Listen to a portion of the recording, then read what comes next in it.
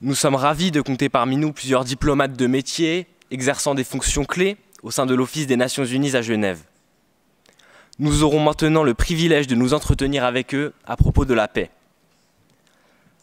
Madame la directrice générale, vous l'avez dit, notre siècle a vu naître de nouveaux conflits et pour en parler, nous font l'honneur de leur présence Madame Batsheba Neal Crocker, diplomate américaine, représentante permanente des États-Unis auprès de l'Office des Nations Unies à Genève, anciennement secrétaire d'État adjointe responsable des organisations internationales. Monsieur Jérôme Bonnafont, ambassadeur de France ayant servi notamment à New Delhi, à Madrid et au siège des Nations Unies à New York, aujourd'hui représentant permanent de la France auprès des Nations Unies à Genève et des organisations internationales en Suisse. Monsieur Thomas Wagner, diplomate français, observateur permanent adjoint de l'Union européenne auprès de l'Office des Nations Unies à Genève et des autres organisations internationales en Suisse, anciennement représentant permanent adjoint de la France auprès de l'Office des Nations Unies à Genève. Et M. Alain Leroy, ambassadeur de France, ayant servi notamment à Rome et à Madagascar, ancien secrétaire général adjoint de l'ONU chargé des opérations de maintien de la paix et secrétaire général du Service européen pour l'action extérieure. Le premier scrupule que nous nous devons d'avoir, d'autant plus ici à Genève, au coup d'envoi de la conférence Fairmune, est d'expliquer, de clarifier le fonctionnement des institutions onusiennes. Madame l'ambassadrice Crocker, j'aimerais que vous nous aidiez à y voir plus clair. Afin de respecter le principe de multilinguisme de notre conférence, je vous poserai mes questions en anglais. How do member states' efforts with the UN in Geneva and New York complement each other towards promoting greater peace and security? Thank you very much, and it's a great honor to be with all of you today. I think, look, in the first instance, it's always important to remember that the UN is made up of multiple parts. We have the big UN in New York, the UN Secretariat, but we have also all of the different organizations, agencies, offices, and institutions that work in the field around the world and that reside in headquarters around the world, including numerable here in Geneva, and that's what we'll be talking about largely today. And then you have the member states. And so I think in the first instance, when you want to talk about how the work in Geneva and the work in New York complement each other, it's important to remember that we have the member states that are working in New York, and we work very closely with our team in New York from here in Geneva, speaking as the United States mission here. And we also have representatives of different UN bodies that reside both in New York and Geneva. And there's a critical feedback loop that occurs across all of this. So when you think about the role of the Security Council in New York, for example, if you have a chance to witness some of the debates that go on and the discussions that go on in the Security Council, you will very quickly find that a lot of what is debated is underpinned by expertise, by reporting, by assessments that are done by different UN bodies across the world, including often those in Geneva. So if there is a crisis of peace and security that the Security Council is discussing, and they want to talk about the health emergency situation in the country, they will get a report from the WHO as one example. And there are numerous such examples. If they want to get an understanding of what's going on in terms of what this means for people who have to flee, they may hear a report from the High Commissioner for Refugees or a report from the Director General of IOM, the International Organization on Migration. So, you have this technical work that is going on day to day in Geneva that underpins a lot of the premise of the discussions that then happen in New York. And a lot of what we think about in Geneva when we think about crises that occur obviously are first and foremost emanating from decisions, discussions, resolutions that have been passed in New York. A critical difference, of course, is that the Security Council only has a certain number of countries on its agenda, those countries that are undergoing crisis or conflict. And here in Geneva, we're working every day for the betterment of people and for the betterment of countries all around the world. And so while we sometimes take our cue, for example, maybe in conversations in the Human Rights Council here in Geneva from discussions that are happening in New York, the day-to-day work that goes on here goes on regardless, and then goes on again for the betterment of people all around the world and of countries all around the world. And I think you also have to remember that then when crisis hits, we have a huge complement of humanitarian organizations that are here in Geneva, and they are often the ones that are on the front lines first, in the first instance as we think about response to crisis. Thank you very much, Ambassador Crocker.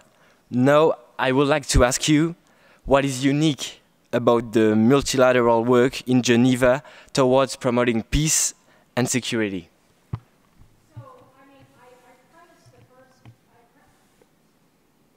I premised the first question by noting that there's just this huge complement of organizations, and I think it's fair to say that Geneva has the headquarters of more UN organizations, agencies, and offices than anywhere else in the world. And so we have a unique breadth of work that goes on here. I know this week you'll be focusing on the work of the International Labor Organization. We have key humanitarian agencies here. We have the Human Rights Council. We have the International Telecommunication Union. We have work on trade. We have work on intellectual property, we have work on disarmament, and the list goes on and on. And why do I say that? Because Geneva uniquely complements and contributes to the work that we are all doing, for example, to advance the Sustainable Development Goals, to address the crises and conflicts around the world, to deal with issues like climate change. And you won't find anywhere else in the world the full breadth of organizations that you have here. But I think importantly also is the nature of the work that goes on here is quite technical. When I first arrived here, there was this saying that we often use, that Geneva is the kitchen and New York is the restaurant. That, there may be some truth to that. I like to remind everyone that the kitchen is usually the most important room in any house. But at the same time, there's a lot of politics that goes on in Geneva, certainly when you talk about the Human Rights Council, but I think if you look at the nature of geopolitics today, we can't avoid it anywhere. But I think raising the technical nature of the work here is really important because it is critical for all of us, if you think about an issue like climate change, for example, that we all operate from a consistent set of data that we continue to find legitimate and credible. And so where does a lot of that data emanate from? Well, it emanates from the World Meteorological Organization that is here in Geneva. And so there's just this sort of breadth of expertise. There is an ability to go really, really deep on individual issues, but also an importance that we all do as diplomats here, an importance on helping understand how this work then cuts across all of these different organizations and agencies so we don't get too siloed. And I think also because Geneva is thought of as being a little bit safer from the politics, we're able to have different kinds of discussions. We try to do all of our work here by consensus. I know that will be something you're working on this week. We don't always succeed, but the relationships that we have here among the diplomatic missions and the work that we do, all of us across all of these different organizations, helps us to form different kinds of relationships and tackle problems in a different kind of way. And I think uniquely, Geneva focuses both on the before and on the after, as well as on the ongoing. So while you think about the Security Council responding to a particular outbreak of conflict, here in Geneva, we're looking at what are the underpinnings of people's lives around the world so that we can both achieve the Sustainable Development Goals, but also so that you can look at things like decent work, which is something you'll be talking about today, things that hopefully help to avoid conflict. But in the terrible event that conflict happens, which we are seeing more and more, also then we have the agencies here that are on the front lines responding to those from a humanitarian perspective, from a health perspective, health emergency perspective, or what have you. So it's sort of the full gamut. And then I think one final unique thing about Geneva is just that it's a place still where we can do quiet diplomacy, quiet off-the-books diplomacy, really important work on peace and security that often goes unnoticed, but you can have sort of track 1.5 or track 2 discussions here in a different kind of way than you can under the spotlight of the Security Council in New York. Thanks again, Ambassador. What are the specific features of the multilateral work carried out in New York in the same field?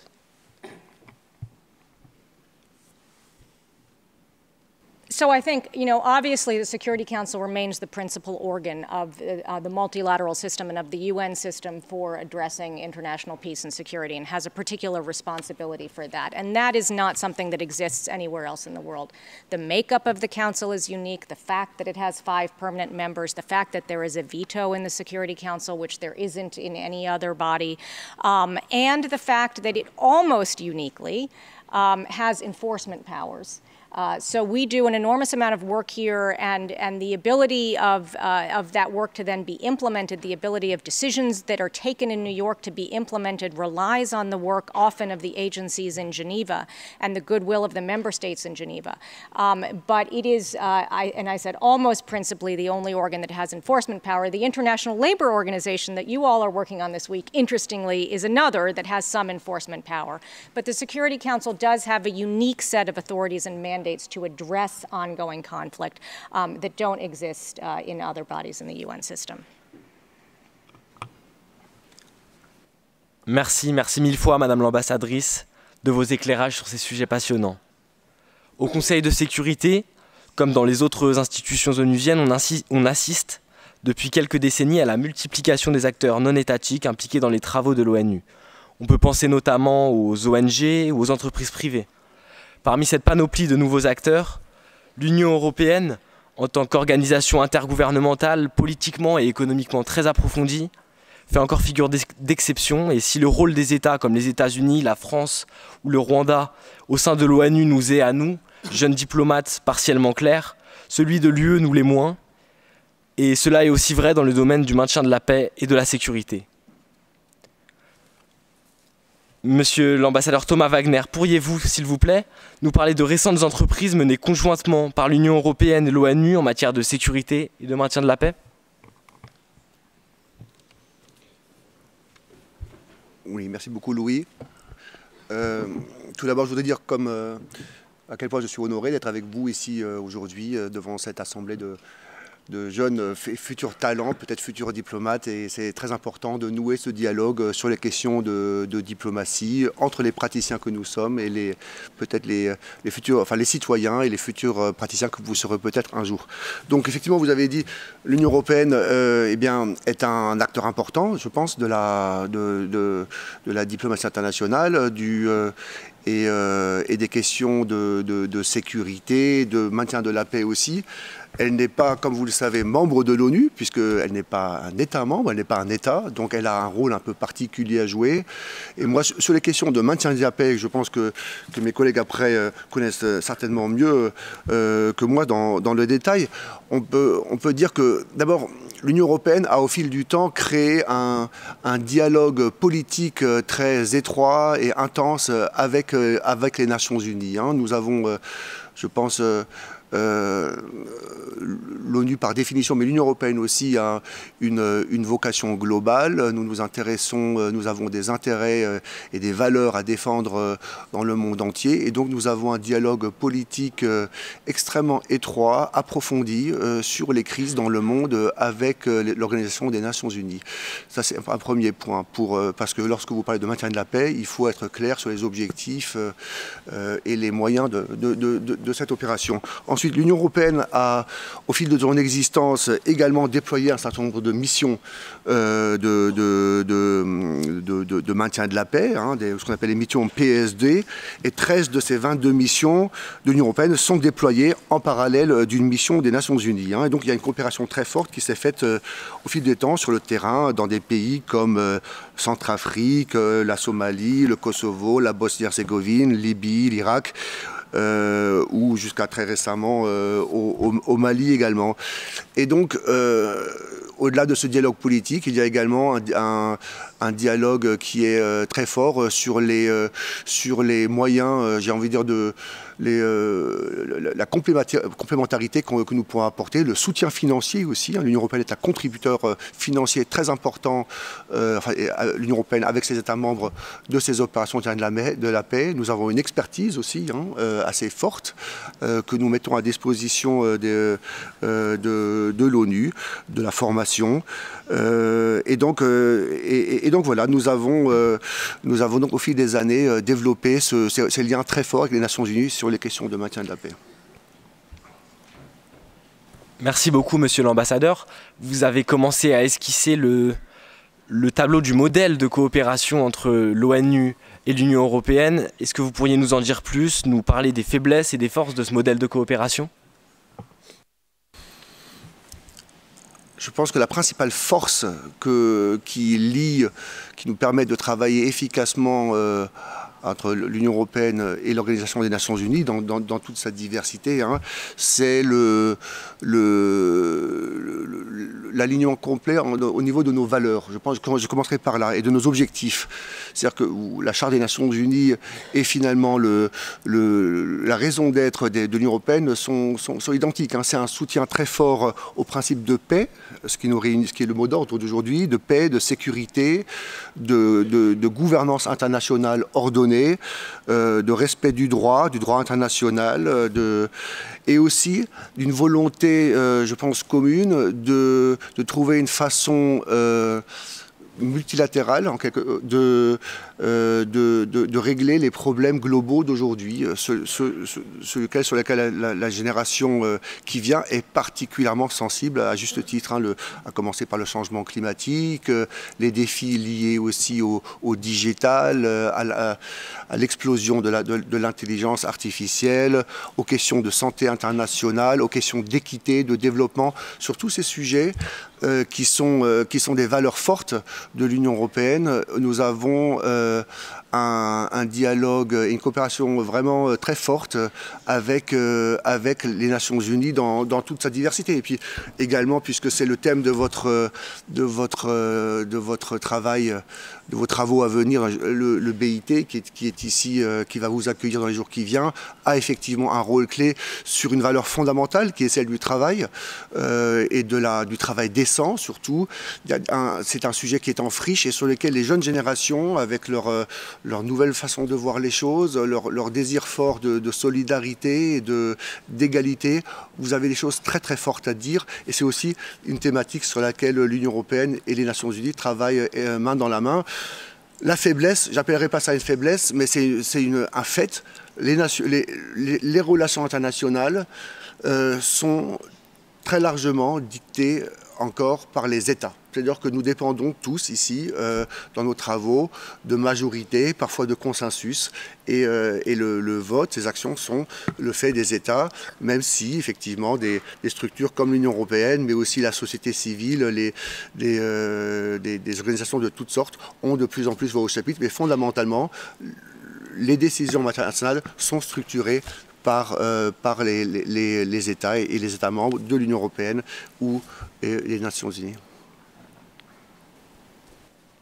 Merci, monsieur l'ambassadeur, merci de vos mots sur la jeunesse.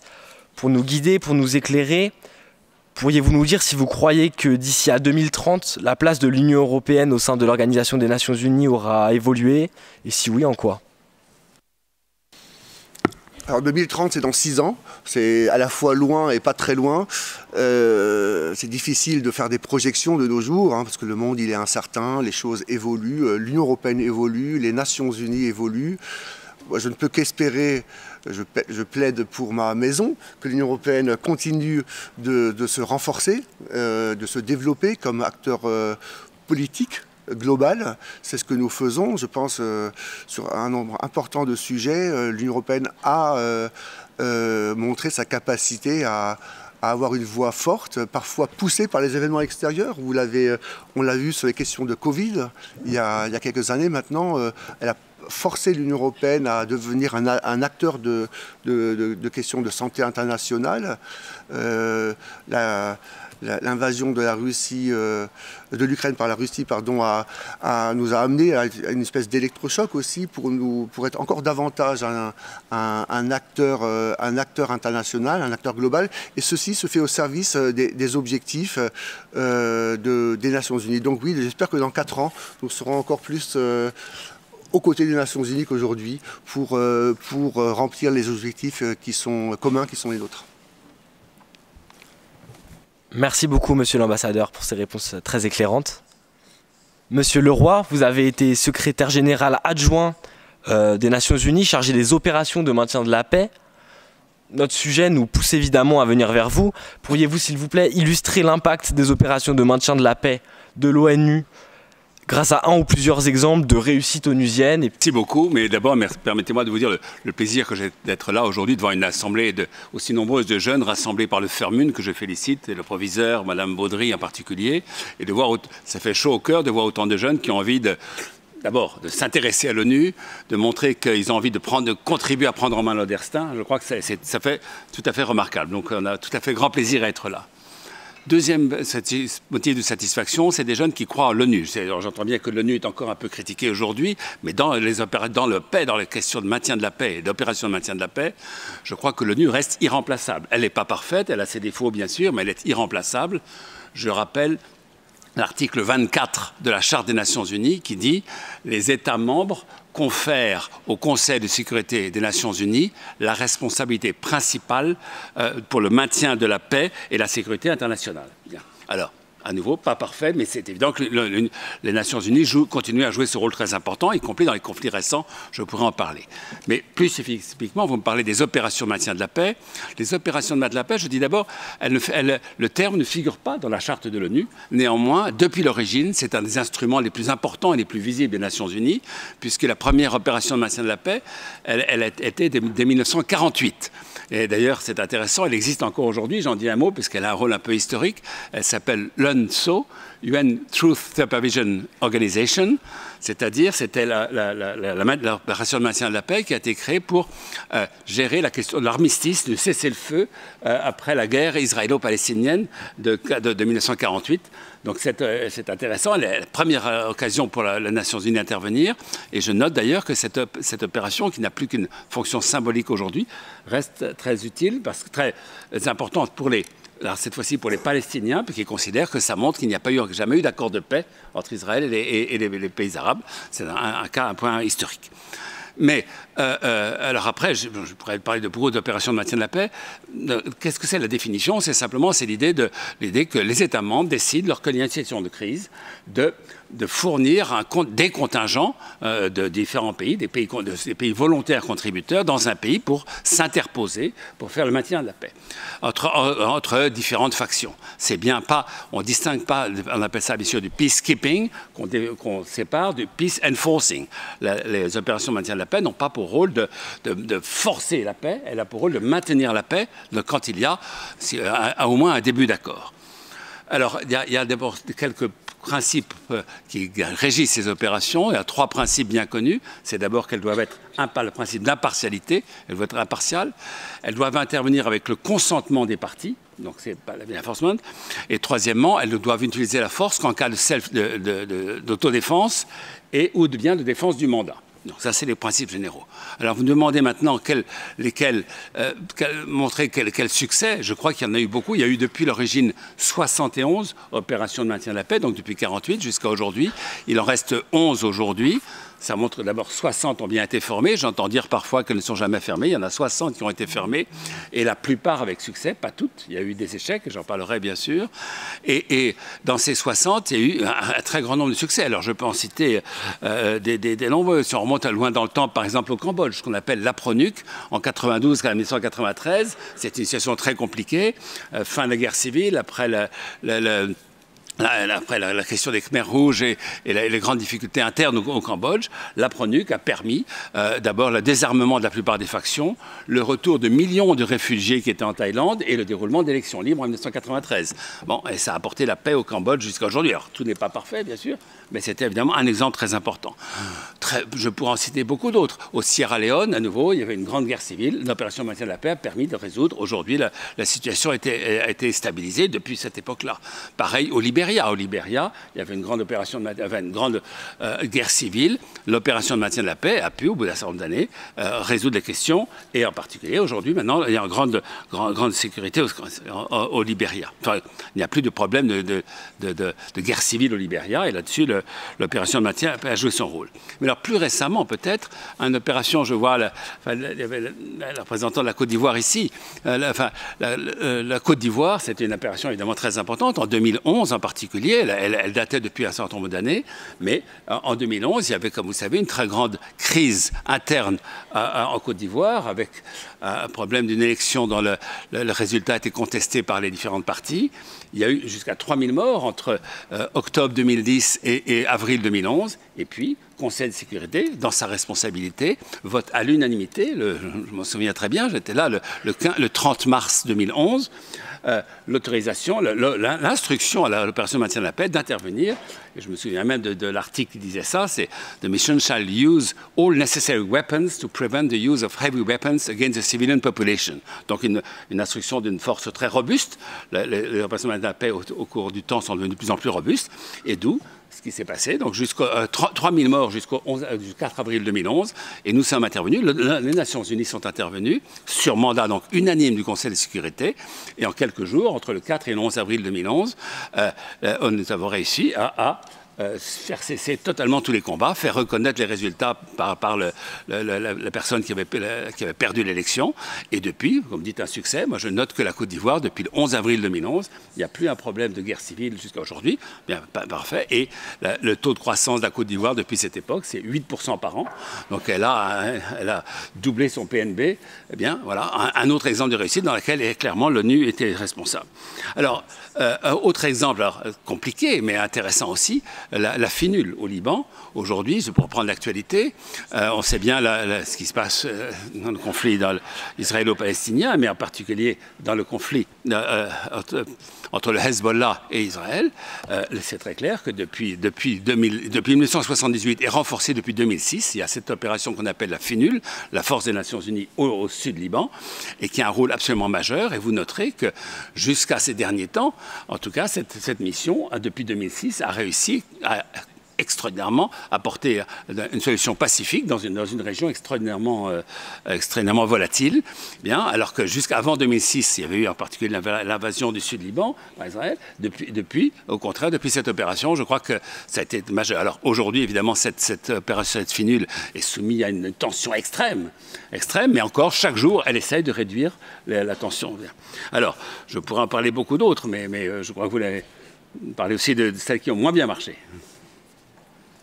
Exactement, monsieur l'ambassadeur, si vous pouviez nous parler d'échecs ou de succès en demi-teinte, disons, d'opérations de maintien de la paix, et puis nous dire ce qui, selon vous, fait le succès ou l'échec de ces entreprises. Alors, d'abord, des opérations en demi-teinte, je parle de celles qui sont, par exemple, les plus critiquées. L'une des plus connues, c'est celle qui intervient en République démocratique du Congo, qu'on appelle la MONUSCO, qui est là depuis un certain nombre d'années. Bien. Je rappelle d'ailleurs au passage qu'avant l'intervention de la MONUSCO, il y a eu en RDC, je le dis parce que c'est malheureusement très peu connu, un très grand nombre de morts dus au conflit interne et avec les voisins. Entre 1998 et 2003, il y a eu près de 4 millions de morts, 1 million directement et 3 millions indirectement, près de 4 millions de morts dus au conflit interne en RDC, entre RDC interne et avec ses voisins. Je le dis parce que c'est le plus grand nombre de morts dans un conflit depuis la Deuxième Guerre mondiale, mais c'est très peu connu, c'est trop loin, je trouve que c'est important de le rappeler. Et d'où l'importance de la mission des Nations Unies pour réduire ça. Alors, la mission des Nations Unies, elle est présente, elle a eu jusqu'à 25 000 hommes dans les années 2010, elle a maintenant, je crois, 15 000, et elle est en voie de décroissance, mais elle est critiquée parce qu'il continue à y avoir des morts, mais je le disais à l'époque et je continue à le dire aujourd'hui. Comme disait, je reprends l'expression de Dag Hammarskjöld, l'ONU n'a pas été inventée pour emmener l'humanité au paradis, mais pour lui éviter l'enfer. Eh bien, je dois dire que l'opération en RDC, peut-être en demi-teinte, parce qu'elle est critiquée, elle n'arrive pas tous les jours, tous les morts, il y a même, y compris les viols, qu'elle n'arrive pas à empêcher, mais néanmoins, on sait très bien que le jour où elle partirait, si elle partait, ça ne serait pas quelques dizaines, ça serait quelques centaines, quelques milliers de morts, et d'autre part, personne d'autre que l'ONU n'est capable d'aller là-bas. Donc voilà pour ce que c'est qu'une opération en demi-teinte. Mais, vous avez parlé des échecs, il y a eu quand même une période terrible pour les opérations de maintien de la paix, qui sont les années 1993-1995, avec 3 très gros échecs. Le premier, c'était le Rwanda, bien sûr, le génocide du Rwanda en 1994, 800 000 morts. Il y avait une opération de maintien de la paix. Où sont les responsabilités? C'est le Conseil de sécurité qui a décidé de retirer l'essentiel de cette opération. Alors, on pourra discuter longuement sur le point d'histoire, mais en tout cas, c'est clairement un échec de l'ONU, très clair, 800 000 morts, et l'ONU, la communauté internationale, n'a pas été capable de prévenir et d'arrêter ce génocide suffisamment. Deuxième échec de la même période, 94-95, l'opération en Somalie. En Somalie, donc il fallait au contraire en guerre civile en Somalie. Là-dessus, l'ONU a été obligée d'arrêter son opération parce que c'était devenu une opération militaire. Elle se confrontait aux milices qui finalement étaient très fortes. Ça a été un grand échec des Nations Unies. Et le troisième, bien connu aussi ici, particulièrement en Europe, c'est la forte connue, en particulier le massacre de Srebrenica. Srebrenica, il y avait une opération de maintien de la paix en Bosnie-Herzégovine. Et elle avait un rôle majeur sur l'ensemble des Balkans, mais en particulier en Bosnie-Herzégovine. Il y avait ce qu'on appelait des zones de sécurité, que le Conseil de sécurité avait désignées comme zones de sécurité, dont faisait partie Srebrenica. Alors c'est vrai que les responsables d'opérations militaires prévenaient qu'elles n'avaient pas les moyens de défendre ces zones, mais néanmoins, ce qui s'est passé, c'est que les forces serbes ont attaqué Srebrenica. Il y a eu 7000 morts bosniaques, 7000 morts en quelques jours, entre le 11 juillet et le 30 juillet 1995. Autre échec énorme des Nations Unies. Voilà, ça c'est les 3 échecs, mais vous noterez que les 3, c'est la dernière, donc c'est 1995. Depuis ce moment-là, les États-Unis, les Nations Unies se sont beaucoup réformées, en particulier les opérations de maintien de la paix, et ont réussi à un certain nombre de réformes. Et aujourd'hui, il n'y a plus de cas. Et je veux dire que quand j'ai pris mes fonctions, c'était l'idée, ces 3 opérations catastrophiques seraient jamais l'ONU ne devra répéter ces erreurs tragiques. Bien. Je rappelle d'ailleurs au passage que les opérations de maintien de la paix ont reçu le prix Nobel de la paix en 1988 comme contribution à la paix internationale. Merci beaucoup, monsieur l'ambassadeur. Vous avez évoqué les événements terribles qui ont eu lieu au Rwanda il y a maintenant 30 ans. Nous sommes d'ailleurs enchantés d'accueillir plusieurs élèves venant de lycées rwandais.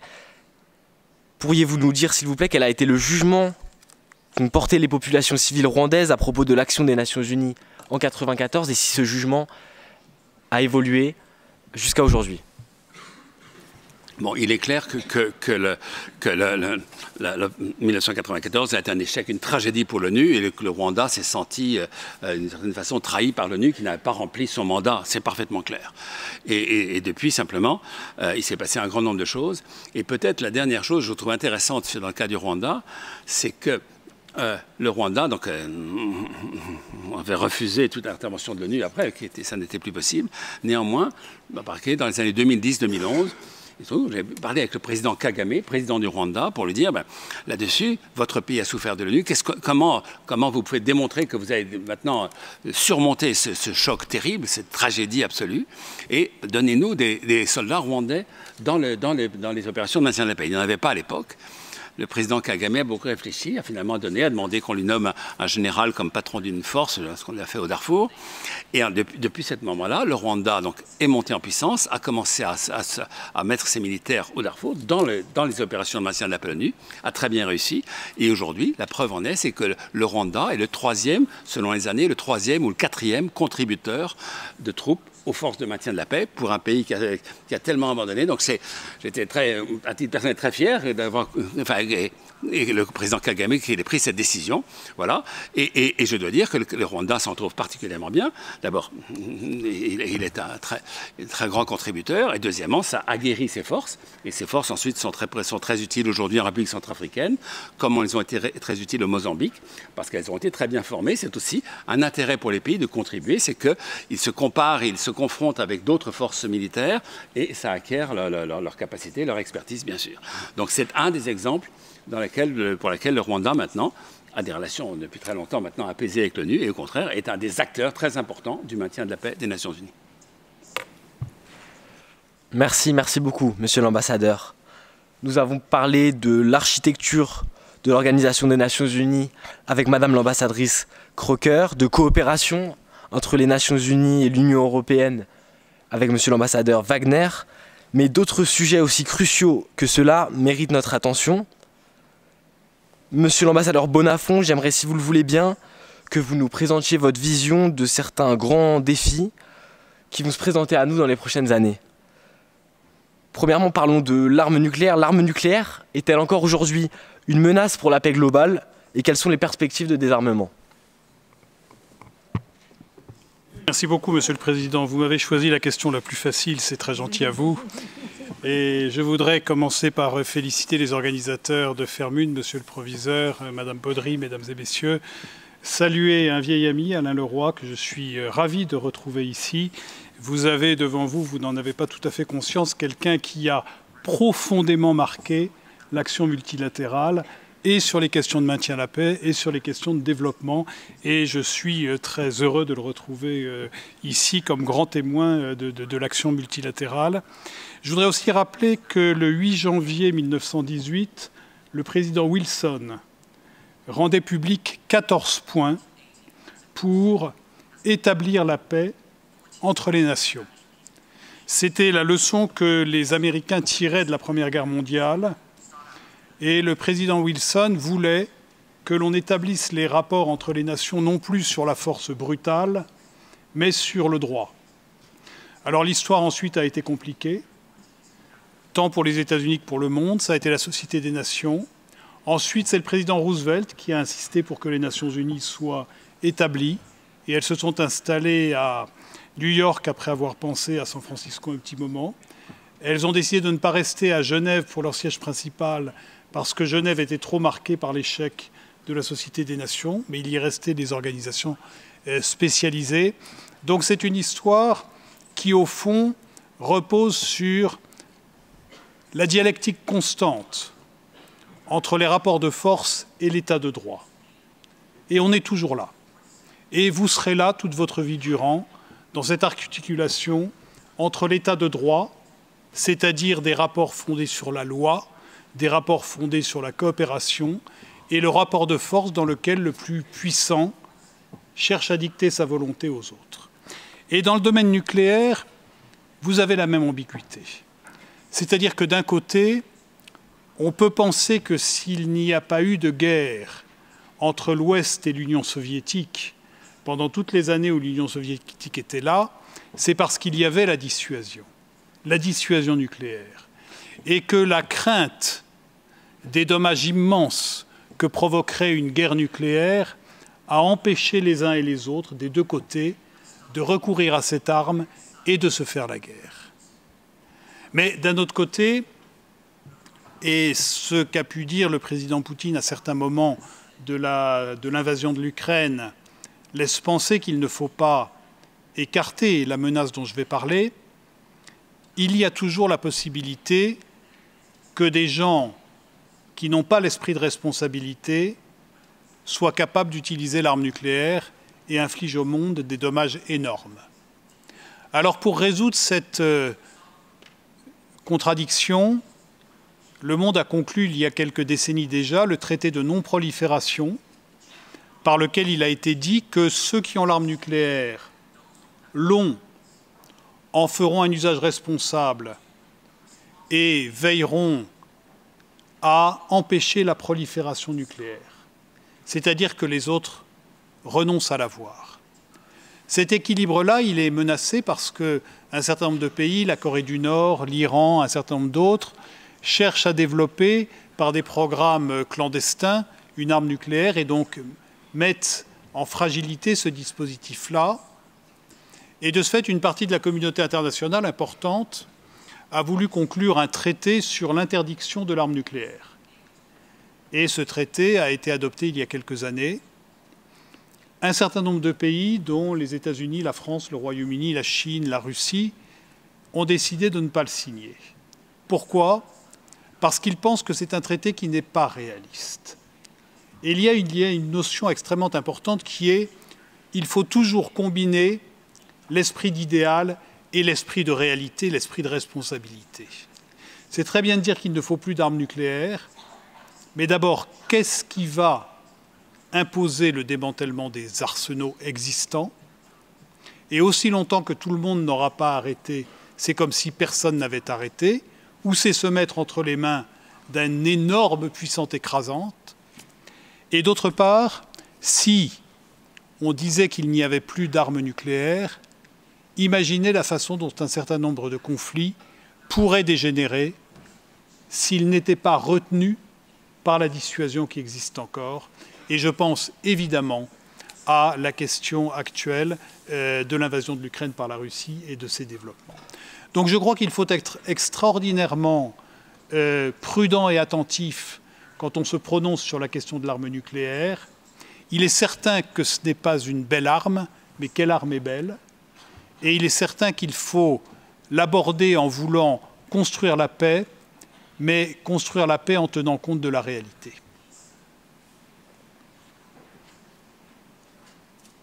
Merci beaucoup, monsieur l'ambassadeur. Vous avez évoqué l'invasion de l'Ukraine qui a commencé il y a près de 2 ans maintenant, menée par la Russie. Pourquoi l'ONU ne parvient-elle pas à répondre de manière optimale aux nouvelles formes de conflits et de violence? Je pense au terrorisme, aux guerres civiles et à ce genre d'invasion. Merci beaucoup. Là encore une question simple et je vous en remercie. Je crois que l'ambassadrice Crocker et Monsieur Leroy vous ont déjà donné, ainsi que Thomas Wagner, vous ont déjà donné des éléments de réponse. L'ONU n'a pas d'armée. L'ONU n'a pas de force de police internationale. Et l'ONU est fondée sur le principe de souveraineté des États. C'est-à-dire que lorsque un État en agresse un autre, oui, c'est illégal. Et oui, l'ONU le dit, et oui, l'ONU prend des mesures, mais il n'existe pas de force internationale qui soit capable d'empêcher cet État de poursuivre ses actions, premièrement. Deuxièmement, vous évoquez à juste raison le terrorisme. Le terrorisme, ce n'est en général pas les États qui y recourent, même s'il y a des cas de terrorisme d'État. Mais en général, le terrorisme, ce sont des groupes armés non étatiques qui sont animés par des idéologies fanatiques et qui cherchent à perpétrer la terreur, comme leur nom l'indique, afin de réaliser des buts politiques. Et face au terrorisme, il est clair que les États s'unissent, mais que les États sont dans la situation extrêmement difficile de ce que l'on appelle la guerre asymétrique. C'est-à-dire, comment faites-vous quand vous avez face à vous une force qui n'est pas établie de façon structurée, dont les membres préfèrent mourir plutôt que d'abandonner la lutte, qui ne sont tenus par aucune loi de décence vis-à-vis des populations civiles et qui ne respectent aucune des règles établies de la vie internationale. Et puis il y a troisièmement les guerres civiles. Il est extraordinairement difficile d'intervenir dans une guerre civile. Alain Leroy rappelait pourquoi, rappelait les éléments de succès et les éléments d'échec, et il est évident que les moyens pour l'ONU de faire face aux guerres civiles doivent être constamment revisités, doivent être constamment renforcés, doivent être constamment modernisés. Alors, je pense que si on se projette un tout petit peu vers l'avenir proche, il y a un premier défi pour nous tous, qui est le défi de redonner au Conseil de sécurité la capacité de traiter vraiment les crises les plus graves. Et il y a là une question de réforme du Conseil de sécurité à laquelle la France tient beaucoup, mais qui n'a pas encore réuni de consensus pour le rendre plus efficace.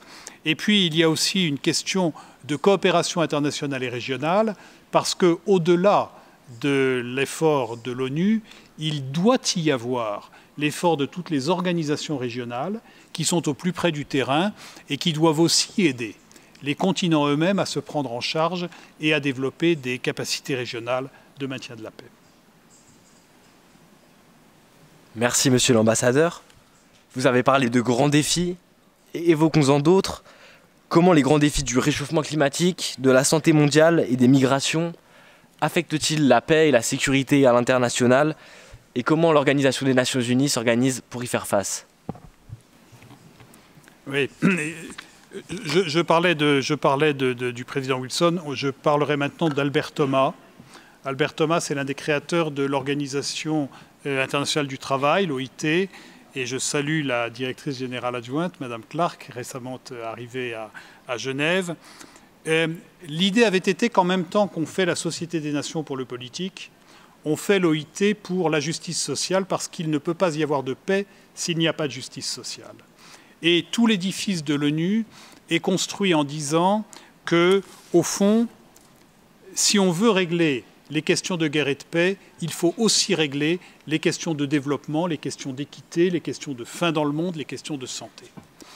Et là, vous voyez tous ce qu'il s'est passé, par exemple, à Dubaï sur la conférence sur le changement climatique. Vous suivez peut-être ce qui se passe à New York et dans un certain nombre d'autres enceintes sur l'intelligence artificielle, l'Internet, etc. Vous savez peut-être qu'à Genève, on est en train d'essayer de négocier un traité sur les pandémies. Il y a tout un travail. Et ce sera le travail de votre génération. Et là-dessus, le monde, aujourd'hui et demain, ne sera ni meilleur ni pire qu'il n'a été hier. Il ne faut pas avoir l'illusion que vous êtes dans un monde plus dangereux que ce qu'il était autrefois.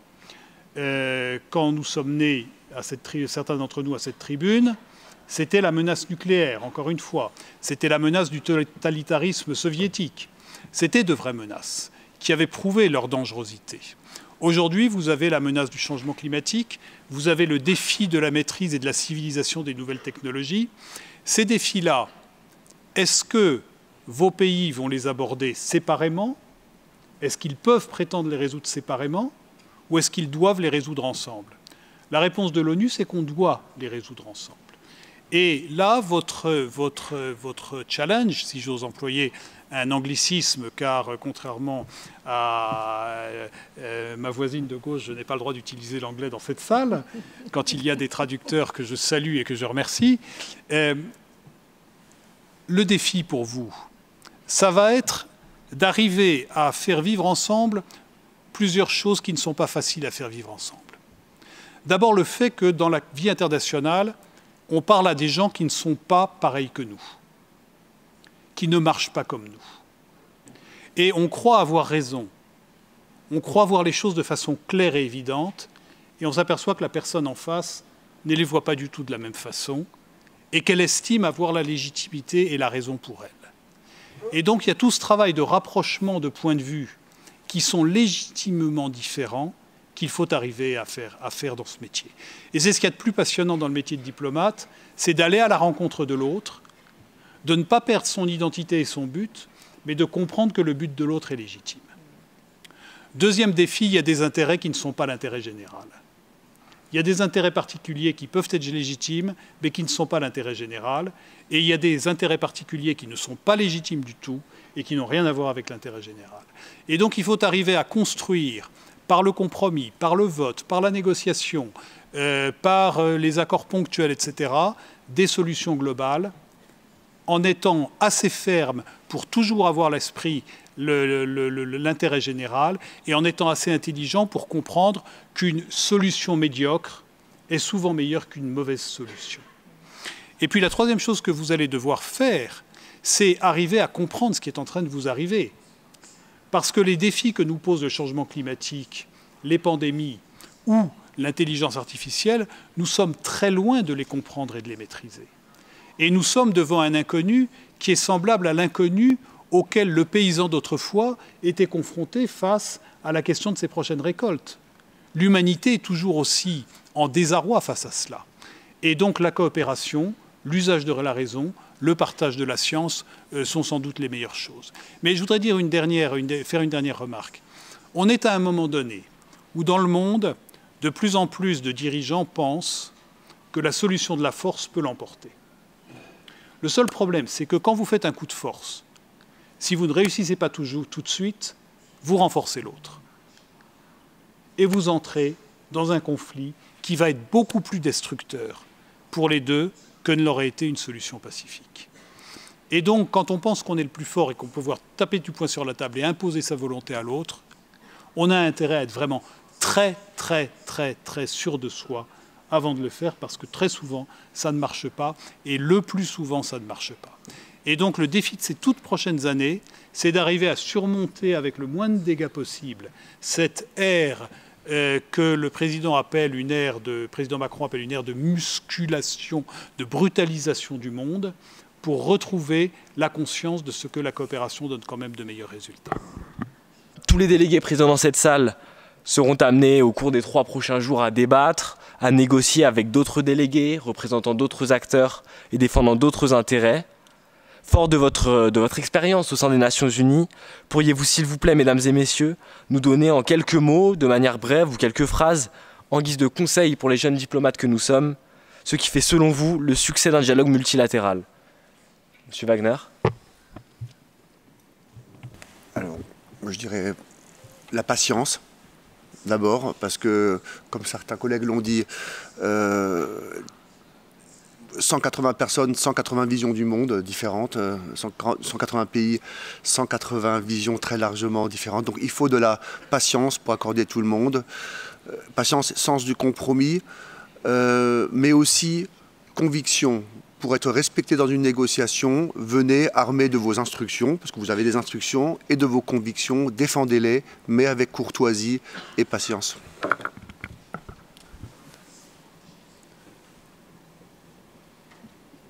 Je suis d'accord avec ce qui vient d'être dit. J'ajouterais peut-être aussi l'importance de la connaissance du contexte actuel. Par exemple, au Conseil de sécurité, il y avait une période dans laquelle le dialogue entre les 15 membres était très facile. Il y a des moments où le contexte, par exemple dans la guerre froide ou à d'autres moments, le contexte est plus difficile. Donc, connaissance du contexte.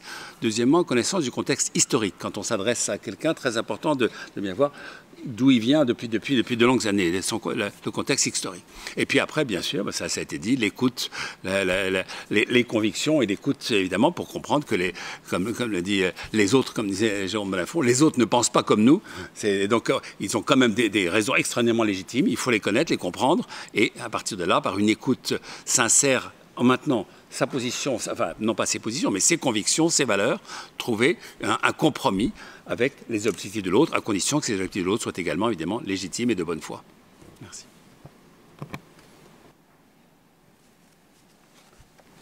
So I'm not sure I can add much to what has been said, because I think everything I would have said about what makes a multilateral negotiation and dialogue a success has been said, but maybe just a few ending thoughts. I mean, we have to sit through a lot of formal and informal meetings. I don't know that any other bodies in the world have things known as informal informals, but we even have those. And often what you will hear in those meetings are national statements, and Ambassador Bonifant spoke a lot about how we all bring our own, as governments and nation states, our own national interests into all of these discussions, and a lot of times we tune each other out, because we anticipate what is going to be said by anyone who is speaking. We've heard it all before. We feel like nothing new can be said, and I hate to have to admit that, but that's often the case. I'm tuned out because it's anticipated what the United States voice is going to be in any discussion, and the same can be said for all the rest of us. So the important thing is, what are the venues, what are the mechanisms, what are the relationships that we can form outside of these chambers and in the halls and on the margins and at dinners and at receptions, and when we have other opportunities to create formats and forums to actually talk to each other, to understand each other's perspectives, to listen. All of those things are important, but even more important is that you have taken the time to form personal bonds with each other, and that there is trust, between whether it's 2 of you, 4 of you, or 180 of you that are trying to negotiate something. Because it's only when your counterparts think that you are coming credibly, legitimately, and on the basis of good faith into a conversation that they're going to be willing to roll up their sleeves and have the patience and have the willingness to compromise that ultimately is the only way that we're going to be able to conclude any of these negotiations. You are entering a particularly interesting set of few days because the ILO is unique in its tripartite formula. And so there it's not only that governments have to talk to each other and form these kinds of relationships, but also that the social partners are at the table. And everything that we've all been talking about up here also relates to how the constituents speak to each other, negotiate, and enter dialogues and discussions, and ultimately come to agreements with each other in the ILO context.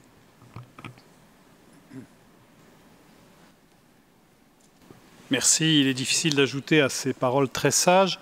Donc je vais me référer à un vieil auteur marxiste italien, Antonio Gramsci, qui a une formule que j'ai toujours pensée lumineuse: pessimisme de l'intelligence, optimisme de la volonté.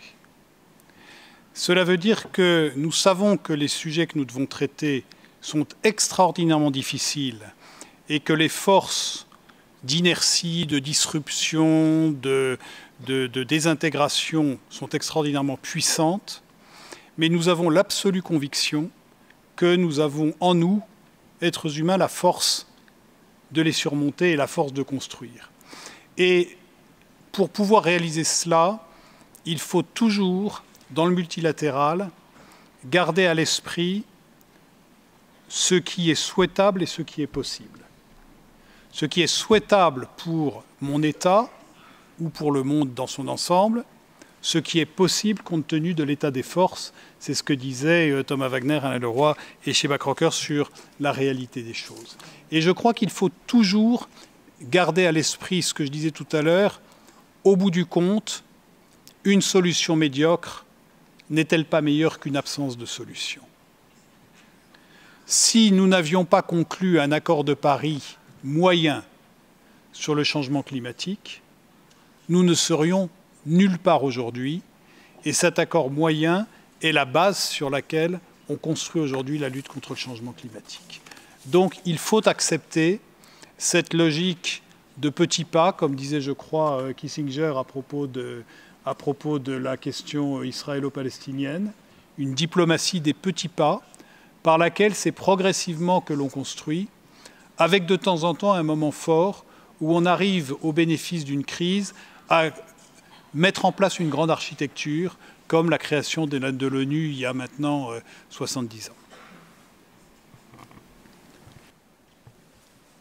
Monsieur l'observateur permanent Wagner, Monsieur l'ambassadeur Leroy, Madame la représentante permanente Crocker, Monsieur le représentant permanent Bonnafont, mille merci, merci infiniment pour ces riches contributions et de nouveau pour votre présence parmi nous.